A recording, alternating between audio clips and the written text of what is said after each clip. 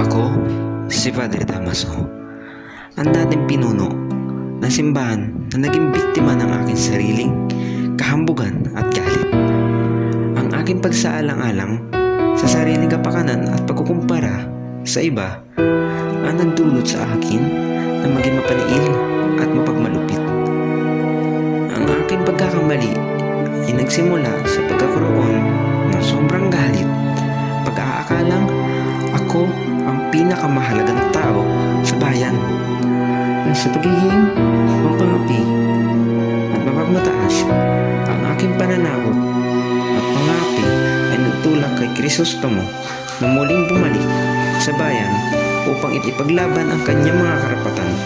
Ngunit sa huli, ako'y natagpuan, nag-iisa at walang kapangyarihan, nagdurusa sa aking mga kasalanan at nangungulila sa pagmamahal na aking ipinagkait.